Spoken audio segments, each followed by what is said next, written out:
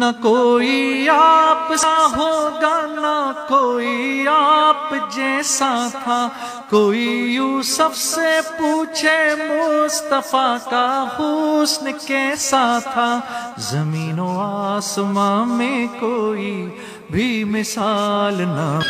ہم سب کے لیے یہ بہت ہی سعادت اور خوشی کا موقع ہے کہ مدرسے کے ایک فعال اور متحرک مدرس حضرت مولانا حافظ عبد الغنی صاحب باغبان شاہ گڑھی، ان کے فرزند ارجمن حافظ محمد جواد نے حفظ قرآن کی سعادت حاصل کی ہے۔ اسی کے ساتھ ساتھ سونے پر سہاگا حافظ صاحب کی دختر نیک اختر ایمن نے ناظر قرآن کی تکمیل کی ہے، گویا کہ حفظ قرآن کی ایک سیڑھی کو انہوں نے پار کر لیا ہے۔ تو ان کے ناظر قرآن کی تکمیل کا بھی یہ موقع ہے۔ میں نے کہیں آج کل تو واٹس ایپ کا زمانہ عام ہو گیا ہے، لیکن بہرحال اس کی مثال ایسی ہے کہ آدمی کانچ کو چاہے آنکھ پہ لگا کے اچھا سا دیکھ لے، چاہے کانچ کو پھوڑ کے آنکھ کو چبو لے اور زخمی کر لے، تو اچھے بڑے موبائل کی یہ حالت ہے، آدمی فائدہ اٹھائے چاہے نقصان اٹھائے۔ لیکن بہرحال اس میں ایک بات میں نے دیکھی کہ کبھی کبھی جو ہے گھر میں روٹیاں خاتون بناتی ہے تو انگلیوں کا جو ہے جو اس کی بناوٹ ہے اس میں ایسے ہے کہ الف الف جیسے بنے ہوئے ہیں، تو کبھی کبھی سیکنے کے بعد اس پہ اللہ ابھر آتا ہے۔ تو روٹی جو ہے تو پہلے اخبارات میں چھپتی تھی، اب سوشل میڈیا پہ وائرل ہو جاتی ہے کہ لڑکی نے پہلی روٹی پکائی اور اس پہ لفظ اللہ ابھر کے آ گیا۔ اور کبھی کبھی جو ہے ٹماٹر لوگ کاٹتے ہیں، بینگن کاٹ دیتے ہیں، اس میں شکل نکل آتی ہے، لوگ بولتے ہیں اس میں اللہ نکل گیا، وہ بینگن کا فوٹو اخبارات میں اور اس پہ آ جاتا ہے۔ مرغا تو ویسے ہی چیختا ہے، لیکن بعض مرغوں کی جو ہے تصویریں اور ان کی ویڈیو وائرل ہو گئی کہ مرغا اللہ کا نام جو ہے لے کر بانگ دیتا ہے۔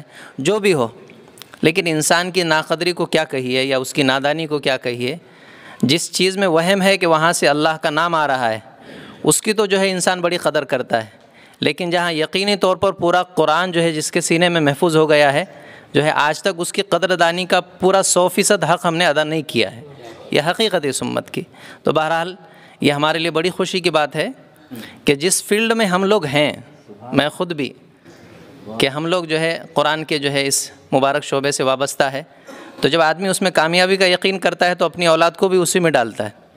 جو ہے ترغیب کے طور پہ واقعہ سناتا ہوں کہ شاہ جہاں کی خدمت میں اورنگزیب آئے اور اورنگزیب سے انہوں نے کہا کہ آپ کو مبارک ہو کہ میرا بیٹا حافظ ہو گیا ہے۔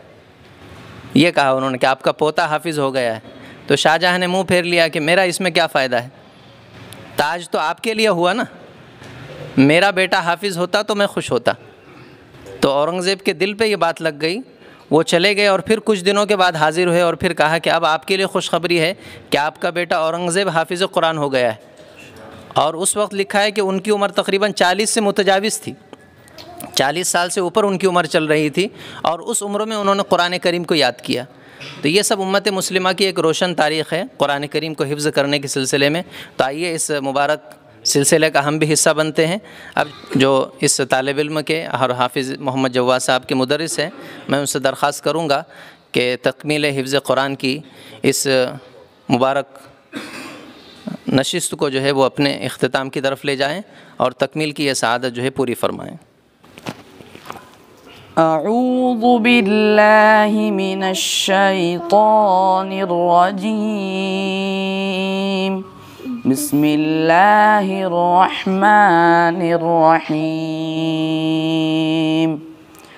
قل هو اللہ احد اللہ الصمد لم یلد ولم یولد ولم یکن له کفوا احد، بسم اللہ الرحمن الرحیم، قل اعوذ برب الفلق من شر ما خلق ومن شر غاسق اذا وقب ومن شر النفاثات في العقد ومن شر حاسد إذا حسد.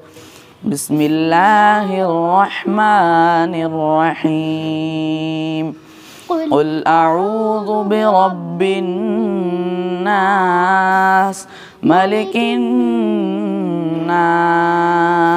إله الناس من شر الوسواس الخناس الذي يوسوس في صدور الناس من الجنة والناس. اللهم آنس وحشتي في قبري.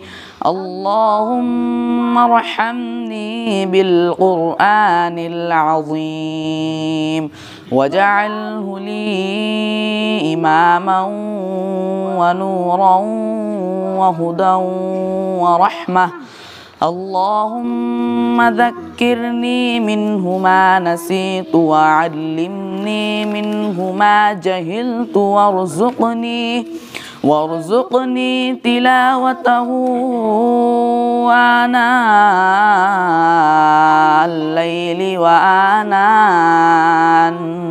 النهار واجعله لي حجة يا رب العالمين. بسم الله الرحمن الرحيم. الحمد لله رب العالمين الرحمن الرحيم مالك يوم الدين. إياك نعبد وإياك نستعين. اهدنا الصراط المستقيم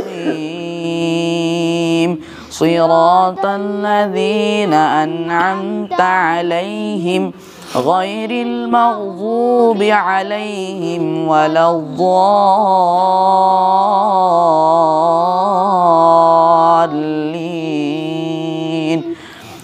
بسم الله الرحمن الرحيم. ألف لام ميم. ذلك الكتاب لا ريب فيه هدى للمتقين الذين يؤمنون بالغيب ويقيمون الصلاة ومما رزقناهم ينفقون والذين يؤمنون بما أنزل إليك وما أنزل من قبلك وبالآخرة هم يوقنون أولئك على هدى من ربهم وأولئك هم المفلحون. صدق الله العظيم.